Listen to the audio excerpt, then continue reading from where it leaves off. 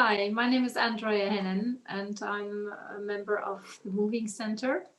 Today I would like to still tell you a story about the power of noticing small changes and acknowledging changes, how important that is when we work with a child.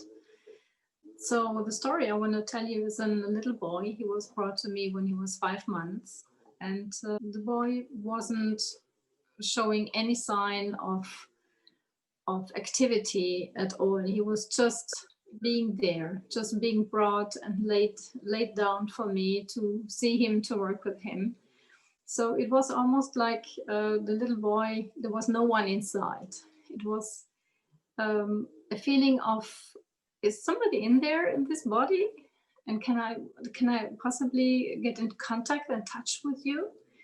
And I tried different parts of his body, touching here, touching there, like a little butterfly, like kissing him with my fingers, kind of wanting to know, is somebody inside?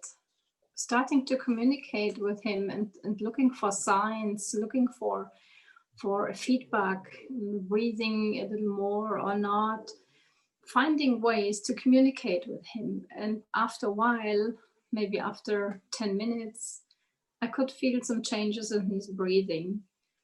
And his mom was very amazed. She saw the changes too. And we both looked at him and said, hello, hello, Danny, is somebody here?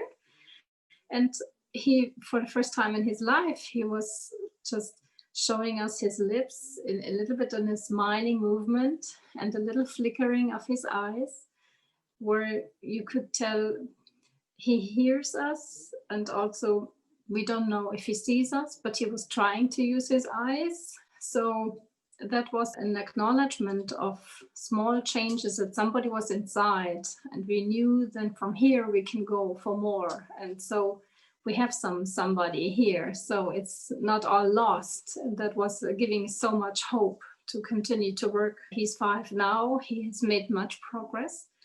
And that's a story I wanted to share with you today, how important it is to acknowledge small changes that can be really life-changing and giving so much hope. Yes, it is. It's a great story. It's really moving, and it gives a lot of hope, and actually shows us that we can sometimes, even as parents and practitioners, we can pass by small changes without, I can say, dismiss them sometimes. And if you dismiss them, you just missed a chance. And it looks like kind of magical. It is magical that when you pay attention and acknowledge it, actually it's coming alive, that the child's brain is coming alive, he's waking up. It's like you lend it, you give it the credit. And I think it's awesome. Yeah, it's really interesting. Thank you, Andrea. Thank you. I was thinking of him when you're telling the story, and it's almost like if every person has a kind of energy or kind of amount of movement, there's something that's so finite and very quiet about him in the story, like this kind of very, very subtle, almost silent, right? His being. And I love that you were able to come down into that space with him and connect with him where he was. This is my interpretation. that connection, it gives him the experience that there's someone out there to connect with, and that of course helps him connect with himself. And I'm sure his mom was moved. Mm-hmm. So Yeah, it's a beautiful story. we were all moved. Yes.